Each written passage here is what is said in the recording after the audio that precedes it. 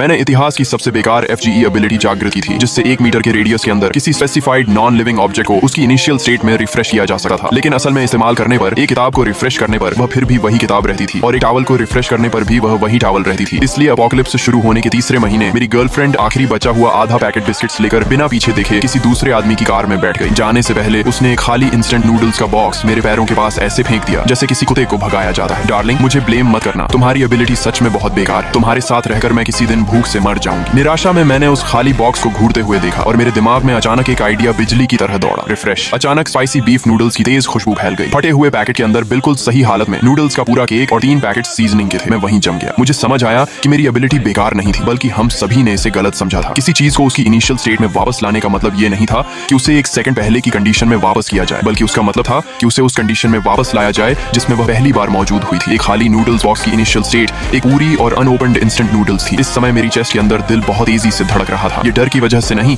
बल्कि extreme excitement की वजह से था। मैंने उस कन्वीनियंस स्टोर के चारों तरफ देखा, जिसे पूरी तरह लूट किया जा चुका था। शेल्फ्स पर हर तरफ खुले हुए स्नैक्स के पैकेट्स पड़े थे और खाली ड्रिंक्स बॉटल्स भी थी। दूसरों की नजर में यह सब गार्बेज था, लेकिन अब मेरी नजरों में यह एक एंडलेस ट्रेजर था। मैंने तुरंत नूडल्स बनाने की जल्दबाजी नहीं की, क्योंकि अपोकलिप्स में किसी भी फूड की स्मेल अनवांटेड लोगों को यहाँ खींच सकती थी। मैं सावधानी से कन्वीनियंस स्टोर की दूसरी मंजिल पर मौजूद वेयर हाउस में चढ़ गया। फिर मैंने एक भारी शेल्फ से दरवाजे को अंदर से ब्लॉक कर दिया। सेफ्टी कंफर्म करने के बाद ही मैंने अपना एक्सपेरिमेंट शुरू किया। मैंने खाली नूडल्स बॉक्स जमीन पर रखा और मन में कहा, रिफ्रेश। मेरी आंखों के सामने बॉक्स पर एक बेयरली विजिबल रिबल चमकी और अगले ही पल वहां एक बिल्कुल नया नूडल्स पैकेट दिखाई दिया। फिर से मैं अपनी खुशी को कंट्रोल करते हुए लगातार रिफ्रेश करता रहा। 10 मिनट बाद मेरे सामने 60 नूडल्स पैकेट से बना एक छोटा सा पहाड़ खड़ा था। मेरी एबिलिटी का कूल डाउन टाइम सिर्फ 10 सेकंड्स था। इसका मतलब था कि मेरे पास अनलिमिटेड सप्लाईज हो सकती थी। इसके बाद मेरी नजर पास पड़े एक खाली मिनरल वाटर बॉटल पर गई। रिफ्रेश। अचानक उसके अंदर 500 मिलीलीटर की साफ पानी की बॉटल दिखाई दी। फिर मैंने जमीन पर पड़े उस फर्स्ट एड किट को देखा, जिसके अंदर सिर्फ पैकेजिंग बची थी। रिफ्रेश। अगले ही पल मेरे हाथ में एक बिल्कुल नया फर्स्ट एड किट था। मेरी सांसें तेज हो गईं। फूड, वाटर और मेडिसिन जैसे अपोकलिप्स में सबसे वैल्यूएबल रिसोर्सेज अब मेरे लिए अनलिमिटेड थे। जंगथिंग, तुम्हें मेरी एबिलिटी यूजलेस लगी थी ना? बस इंतजार करो, एक दिन तुम लोग घुटनों पर बैठकर मेरे पास आओगे और मुझसे एक बाइट फूड मांगोगे। अगले 3 दिनों तक मैंने खुद को वेयर हाउस के अंदर बंद रखा। यहाँ पहाड़ की तरह जमा खाली पैकेजिंग बॉक्सेस मेरे रॉ मटेरियल्स बन गए थे। चिप्स, बिस्किट्स, चॉकलेट और जितने भी खाने लायक सामान थे, मैंने उन्हें रिफ्रेश करके कई बड़े कार्टन्स में बदल दिया। अलग अलग ड्रिंक्स और मिनरल वाटर ने वेयर हाउस का आधा कॉर्नर भर दिया। सबसे इंपॉर्टेंट बात यह थी कि मुझे एक खाली गैस सिलेंडर मिल गया। कन्वीनियंस स्टोर में मिले पोर्टेबल गैस स्टोव के साथ आखिरकार मैं गर्म खाना खा सकता था। वेयर हाउस की सारी विंडोज बंद करने के बाद मैंने एक पॉट में पानी उबाला। मैंने 3 पैकेट सीजनिंग फाड़े और नूडल्स को सावधानी से पानी में डाल दिया। जब उसकी गर्म और डिलिशियस स्मेल मेरी नाक में पहुंची, तो आखिरकार मेरी आंखों से आंसू निकल पड़े। मैं रोते हुए भी तेजी से नूडल्स खाने लगा। अपोकलिप्स शुरू होने के बाद यह पहली बार था जब मैंने इतना पेट भरकर और इतनी राहत से खाना खाया।